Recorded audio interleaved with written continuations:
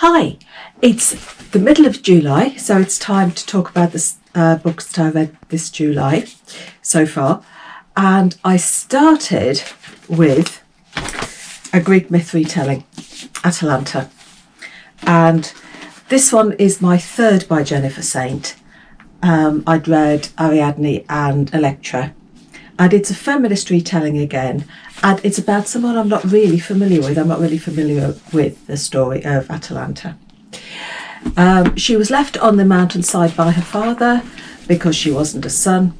And she was adopted by a she-bear and became Artemis's protege. She became a skilled huntress and archer. Artemis told her to be her champion on Jason's trip to find the Golden Fleece, so she became one of the Argonauts. And the first half of the book is very much her trials and tribulations on the ship, being the only female, and then she comes into her own in the second half. I enjoyed it, a good retelling. I prefer a lecture. I didn't get into the character of Atalanta the same way that I did the female characters in Electra.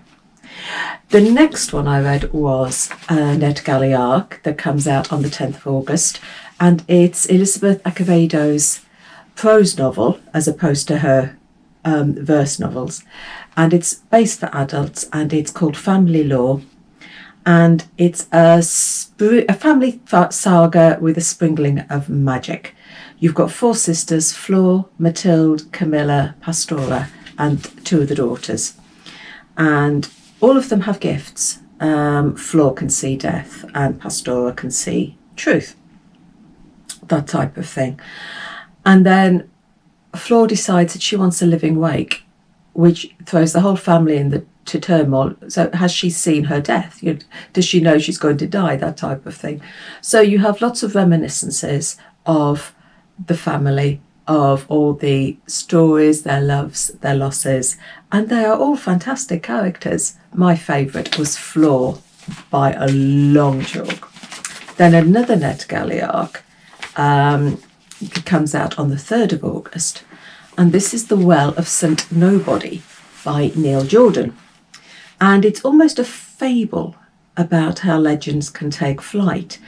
And then you've got a relationship as well. You've got William and Tara. William is the next concert pianist who has got diseased fingers that don't work anymore. He's got a skin disease. And he's now taken himself off to live alone in a rectory in Cork. Tara is a piano teacher, and she answers his advert for a housekeeper. What she doesn't tell him is that they have met 3 previous times, and her life was changed because of these meetings.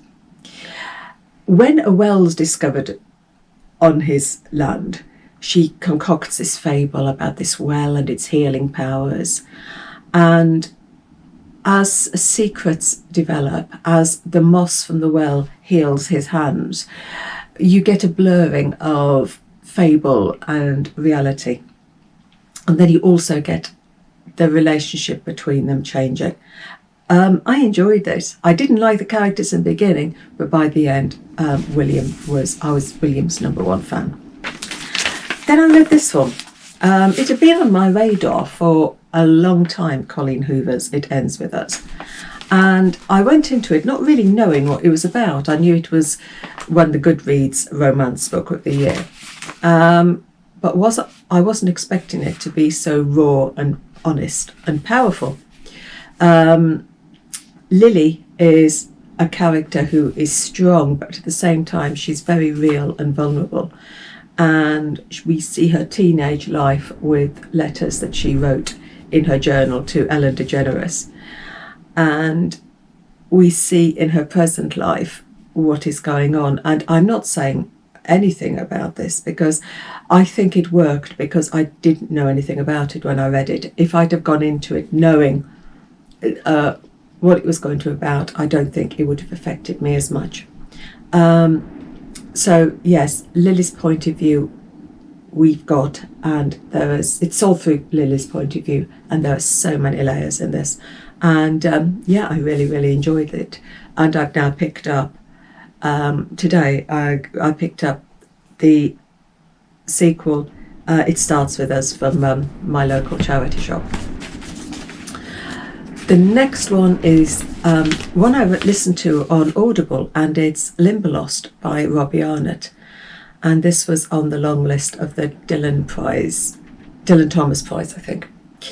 And the narrative in this one jumps backwards and forwards, but it seems to be rooted in the landscape and rooted in one particular summer. We've got Ned, and we get whole life glimpses of Ned.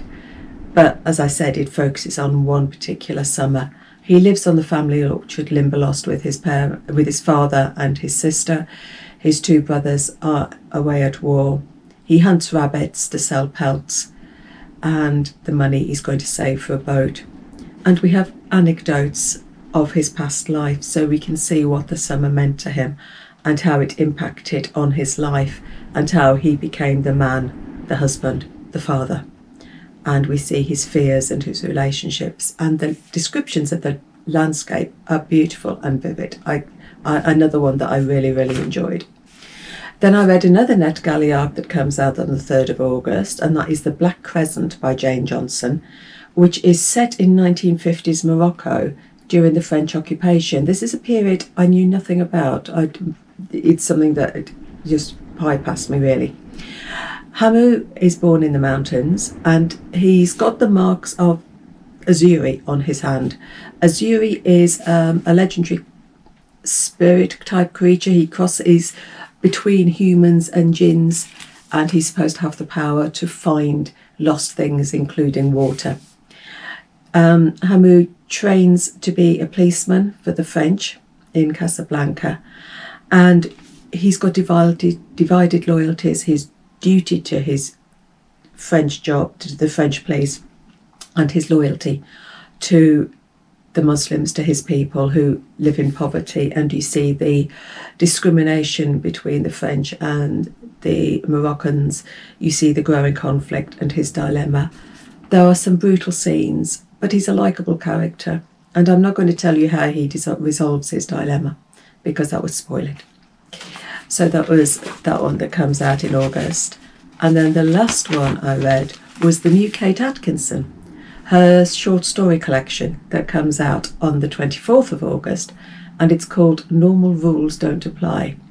And you've got all these stories with sort of subtle connections. You'll have a character from one whose name appears in another story, and it's almost like a game of hide and seek. You're looking for the links as you're reading, and you've got a dystopian book story that opens. You've got a fairy tale type story. You've got a talking horse. You've got a secretary watching over her boss from the dead, and you've got almost a godlike creature that is creating the world and having to restart because it doesn't work, and there's too many insects and she has to do it again. And does that connect with the story that we had at the beginning? It's a lovely. I really enjoy that connection, selection, and one you'd go back to, because I'm sure if when I read it a second time, I'm going to find things that I missed the first time. So those were the books that I read first half of July rather. How many were there? 2, 3, 4, 7 books. My favourite one, my book of the month, or my book of the first half of the month, I think I am going to go for Limberlost, because I absolutely adored the descriptions and the character of Ned. So that is my book of the first half of July. So happy reading. Take care.